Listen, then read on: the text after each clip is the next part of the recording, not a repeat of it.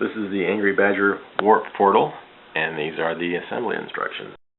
Alright, so these are the pieces of the ramp that goes up to the warp portal. I have the two side pieces, the cross members, and the stairs and the ramp. So the first thing are the two cross pieces.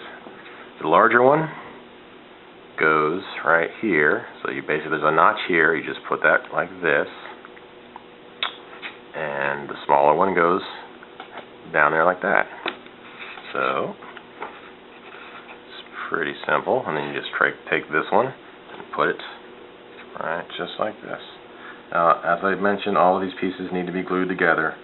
They're not meant to be self-standing. So that's what you get. Now the stairs just slide into the notches here, so I can show you the notches on the side. The stairs just slide in that way, get glued in.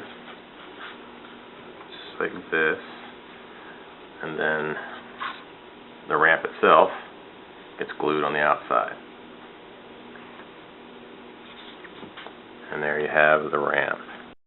Alright, so the stand is made up of these 5 slices of wood. We have to glue them in a certain order, and I'll show you how to do that now. Alright, so you've got these pieces. You have 2 of these pieces. These are going to be the outer pieces.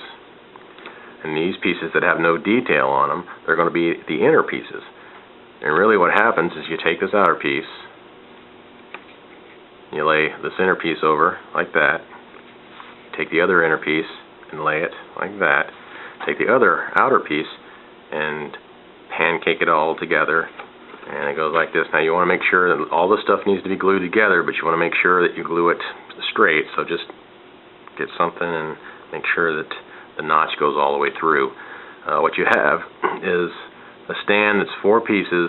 The 2 inner pieces are lower than the outer pieces. You can see sort of the cross like that.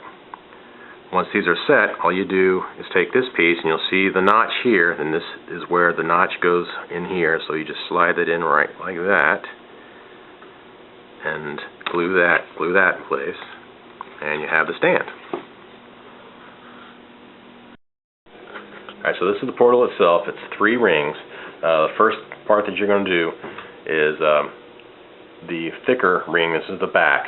So there's 2 sides. There's a side with detailing, there's a side without detailing. The side with detailing is going to be facing the back of the model. So what you want to work with is the side that has no detailing on it.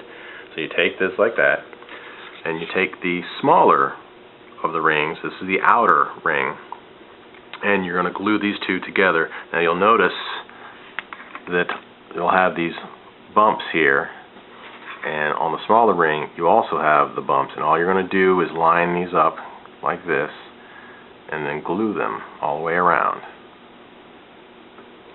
Now you want to be careful with this, because if you do something like this and compress it and glue it that way while you're holding it, it'll warp the ring, it'll warp this ring so that this ring won't fit in. So you just want to kind of work one bump at a time, glue it down, and just work yourself around.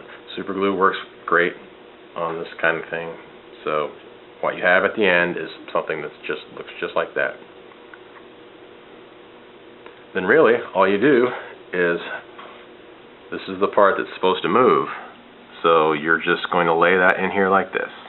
Now don't glue this part, because this part is supposed to slide around. Now what you might want to do is sand off some of the charcoal from the cutting process on the outer ring, but it's designed to have a loose tolerance, so it'll move around. So that's what that is. Now you've got all of this put together. You've got this like this. Now you're going to put the chevrons on. Now the chevrons are these little pieces like this. Now there's one side that has the detail, of course. There's one side that doesn't have a detail. The side that doesn't have the detail has a small engraved part at the tip. That tip is engraved, so there's a little clearance between the chevron and the inner ring. So all you do is, you see that the top of the chevron is the same shape as each one of these bumps. So you see the top of the chevron, you just simply glue that top of the chevron onto the ring where the bumps are. You just go around and glue it on just like that. Now, again, be careful. Do not put glue anywhere near that burnt tip, because that's the tip that's going to come in contact with the rotating ring, and if you put glue there, you won't be able to rotate it. So once you get them all around, and of course painted, it looks exactly like this. So you have it all around, and the inner ring spins around a little bit. This is the completed piece. You do want, if you're painting it, you do want to make sure that you don't paint it put together like this, because it'll stick. So you pretty much, it's designed with tolerances, so you paint all the pieces before you put it together, and then you put it together. So it's really pretty simple. You have the base, the stand right here. So this whole piece slides into this notch here, and it goes between the chevrons. So you're basically just sliding that in just like that, and that stands up by itself like that. Now, this part here is a notch right here, and this slides into this notch.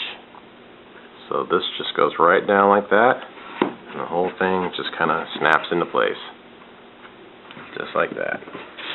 And it's really very sturdy. As I said, you don't have to glue the 3 individual pieces together, but all the pieces of the ramp need to be glued together, all the pieces of the base need to be glued together, and all the pieces of the actual portal rings need to be glued together.